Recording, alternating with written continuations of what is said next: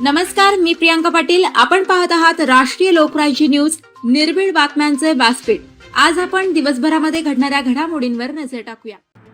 आमची लढाई प्रवरेच्या सभासदांच्या हक्काच्या पैशासाठी. डॉक्टर सुजय विखे पाटील. गणेश कारखान्याबाबत डॉक्टर सुजय विखे पाटील यांची मोठी घोषणा. निवडणूक न लढवण्याचा निर्णय. न्यायालयीन लढा सभासदांच्या हितासाठीच.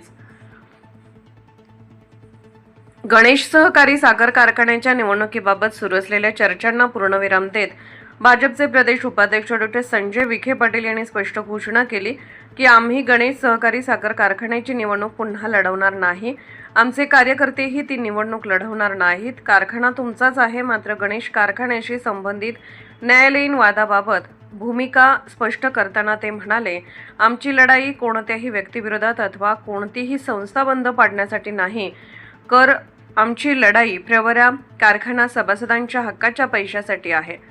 ते पैसे नामदार राधाकृष्ण विखे पाटील किंवा डॉक्टर सुजय विखे पाटील यांचे नाहीत, तर प्रवरा कारखान्याचे सभासदांचे आहेत. सभासदांनी उभे केलेल्या त्या पैशांचे संरक्षण करण्यासाठीच आम्ही न्यायालयीन लढाई लढत आहोत. राहता येथे आयोजित कार्यक्रमात ते बोलत होते. यावेळी राहता व गणेश परिसरातील भाजपचे कार्यकर्ते, पदाधिकारी आणि ऊस उत्पादक मोठ्या संख्येने उपस्थित होते. ऊस प्रश्नावर विरोधकांना प्रत्युत्तर देताना डॉक्टर विखे म्हणाले, ऊस कोणत्या कारखान्याला द्यायचा हा निर्णय शेतकऱ्यांचा आहे. गणेश कारखाना आम्ही चालवत असताना इतर कारखान्यांनी आमच्या कार्यक्षेत्रातील ऊस पळवला होता. मग आता आमच्या कार्यकर्त्यांना त्यांच्या इच्छेनुसार ऊस देण्यास विरोध का, असा सवाल त्यांनी उपस्थित केला. राजकीय आरोप प्रत्यारोपांवर भाष्य करताना त्यांनी स्पष्ट केले की त्यांचा कोणत्याही व्यक्तीशी वैयक्तिक वाद नाही. कोपरगावमध्ये 2 आमदार झाले, त्याचा आनंदच आहे. त्यांनी विकासाची कामे करावीत. विरोधकांच्या भाषणांवर वेळ घालवण्यापेक्षा विकासाच्या मुद्द्यांवर चर्चा करावी, असे आवाहन त्यांनी कार्यकर्त्यांना केले. राहता शहराच्या विकासाबाबत विश्वास व्यक्त करताना डॉक्टर विखे म्हणाले, आजचे राहता आणि 2 वर्षांनंतरचे राहता शहर यात मोठा फरक दिसेल. शहराचा विकासात्मक चेहरा मोहरा बदलून जाईल. विकास कामांवरच आमचा भर राहणार आहे. भाजपच्या संघटन शक्तीवर विश्वास व्यक्त करत ते म्हणाले, जोपर्यंत कार्यकर्ते प्रामाणिक आहेत तोपर्यंत भारतीय जनता पक्ष आणि विखे पाटील यांच्या नेतृत्वाखाली कोणताही धक्का लागू शकत नाही. शेवटी कार्यकर्त्यांना संयम राखण्याचे आवाहन करत विरोधकांच्या टीकेला उत्तर देण्यात वेळ घालवू नका. आपले राजकारण विकास, प्रगती आणि लोकांच्या विश्वासावर उभे आहे. शांत राहा आणि विकासाची कामे करत राहा, असे आवाहन यावेळी त्यांनी केले.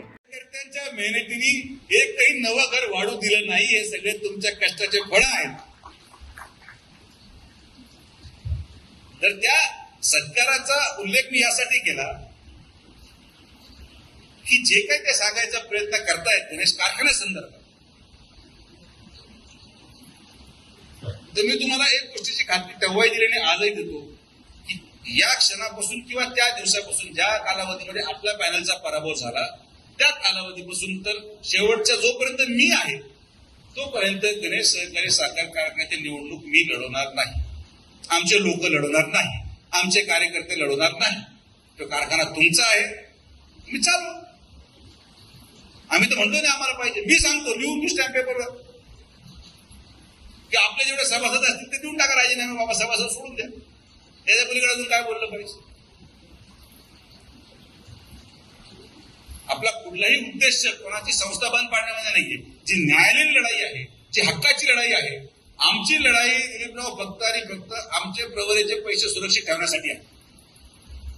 कारण की ते पैसे प्रवरेच्या सभासदांचे आहेत, सुजय विखेंचे नाहीये, राधाकृष्ण विखेंचे नाहीये. ते प्रवरेच्या सभासदांचे आहेत. ज्या सभासदांचे पैसे आज आपण लावून तो कारखाना पुनर्जीवित केला, त्या पैशाच्या हक्काची लढाई आहे आणि ती लढाई लढावंच लागेल. त्या व्यतिरिक्त आमचा कोणाचाही द्वेष नाही. आमच्या कोणाबद्दल आम्हाला काही मांडायचं पण नाहीये. आणि जे आज संगमनेरहून येऊन इथं भाषण केलं की आपला ऊस बाहेरच्या लोकांना घेऊन जाऊ देणार नाही. बाबांनो, आम्ही गणेश कारखाना चालत असताना तुम्ही किती ऊस नेला याचा हिशोब द्या. साकुरीमध्ये टोळ्या होत्या, नावं देतो मी.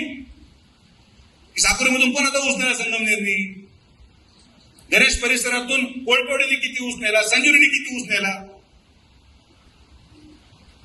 मग जेव्हा आम्ही कारखाना चालवत होतो तुम्ही नेण्याला चालतो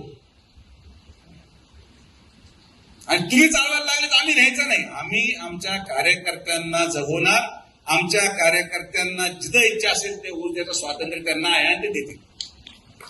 त्यांना कोणी बळजबरी करू शकत नाही.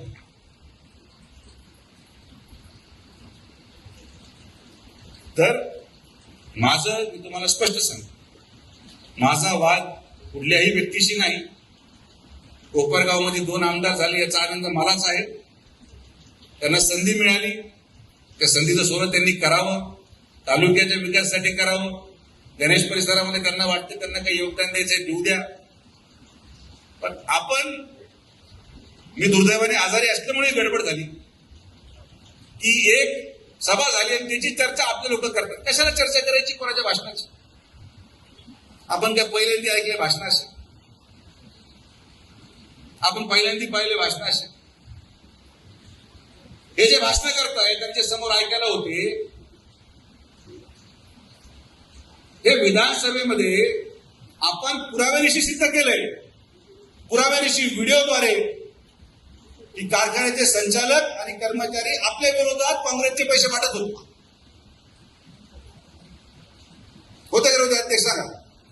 व्हिडिओ शूटिंग आहे. आपल्याला नवं आहे काय सगळ्या गोष्टी? आम्हाला नाही फरक पडत. बाबा तुम्ही सगळी ताकद लावा, जी लावायची लावा. अजून कोणी राहिला असेल त्यालाही बोलून घ्या. या तालुक्यामध्ये सर्वसामान्य माणसं आणि संघटनेच्या कार्यकर्ते जोपर्यंत प्रामाणिक आहेत तोपर्यंत भारतीय जनता पार्टी आणि विखे पाटील साहेबांच्या केसाला धक्का सुद्धा लागणार नाही. ही ताकद आपली आहे, ही संघटनेची ताकद आहे, ही तुमची ताकद आहे.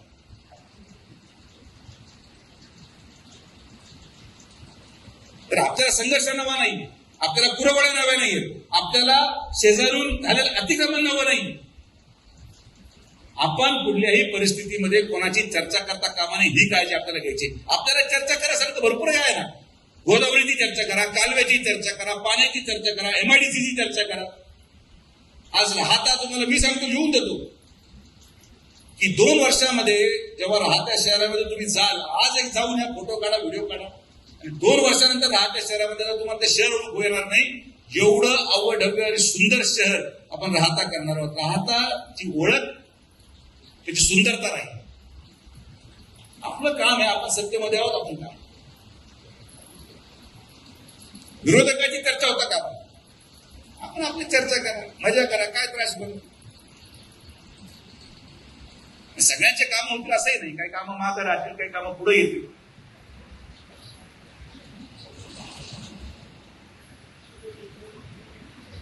ती सभा संपली आणि मला 2-3 लोकांचे मेसेज आले, नाही दादा काय झालं, ते कसं चाललंय, हे लोक स्टेजवर होते, ते लोक स्टेजवर होते, फलाना होता जिमकरता सापरीवाला पण स्टेजवर चढला, असं झालं तसं झालं. हा बापू. आणि SIR मध्ये जो ज्या भागात राहतो ना त्या भागात त्याचं मतदान गेलं पाहिजे. साकुरीवाला शिर्डी राहतच नको, राहतावाला साकुरीत नको. तो साकुरीत राहतो तर साकुरीत मतदान जाईल, आणि जर राहतात तर मतदान राहतात.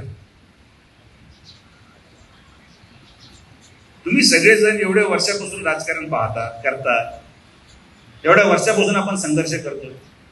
हे काही नवं आहे आपल्यासाठी यार. आपण याच्यापेक्षा मोठे मोठे षडयंत्र उघडून फेकलेले आहेत. आज तर सुवर्ण काळ आहे, काही नाही आपल्याकडे. तुमच्या मताचा परिणाम पहा, हे तुमच्या मताचा परिणाम आहे, तुमच्या निष्ठेचा परिणाम आहे. 100 वर्षापासून तर 18 वर्षापर्यंतच्या प्रत्येक निष्ठेचा परिणाम आहे की आज लोकसभेच्या पराभवानंतर देखील नामदार साहेबांच्या नेतृत्वामध्ये आपण या जिल्ह्यामध्ये 12 आपले हक्काचे आमदार महायुतीचे निवडून आणू शकलो. ही तुमची ताकद आहे. याच्या अगोदर जिल्ह्यामध्ये शक्य नव्हतं. 2-3 आमदार असायचे, आज 12 आमदार आपण निवडून आणले. आपले कष्ट आहे, पक्षासाठी आहे, मुख्यमंत्र्यांचं नेतृत्व आहे. हे तुम्हाला काय वाटतं गोदावरी सिटी 300 कोटी कशा आहेत? कारण की आपण जेव्हा मुख्यमंत्री महोदयांना म्हटलं की मुख्यमंत्री महोदय हे आमच्या तालुक्याचं काम एवढं तर झालंच पाहिजे, नाही म्हणू शकले नाही, लगेच सही झाली, सगळे काम.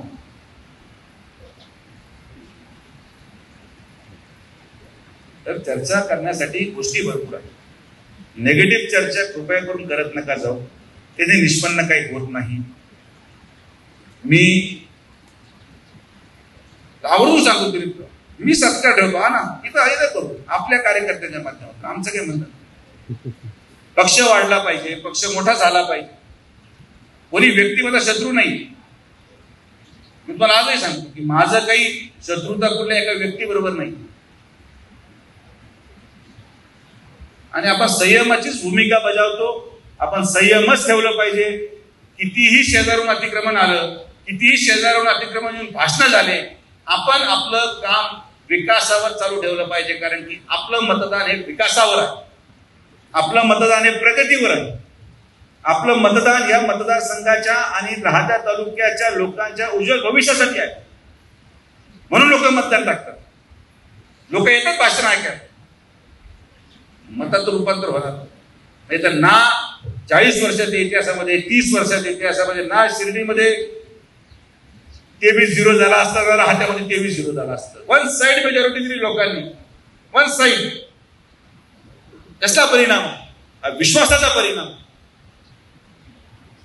आणि नेतृत्वावर असलेला विश्वास, नेतृत्वावर असलेली आत्मीयता, याचा परिणाम. त्यामुळे शांतता धरा, फार पेटून उठू नका, निवांत आपल्या आपल्या गावी रिलॅक्स करा. भांड्याच्या गावात भांडा, इकडे नका. राष्ट्रीय लोकराज्य न्यूज नेटवर्क, राहता. ताज्या बातम्यांसाठी आणि अपडेट्ससाठी राष्ट्रीय लोकराज्य न्यूज चॅनलला सबस्क्राईब करा, तसेच लाईक आणि शेअरही करा.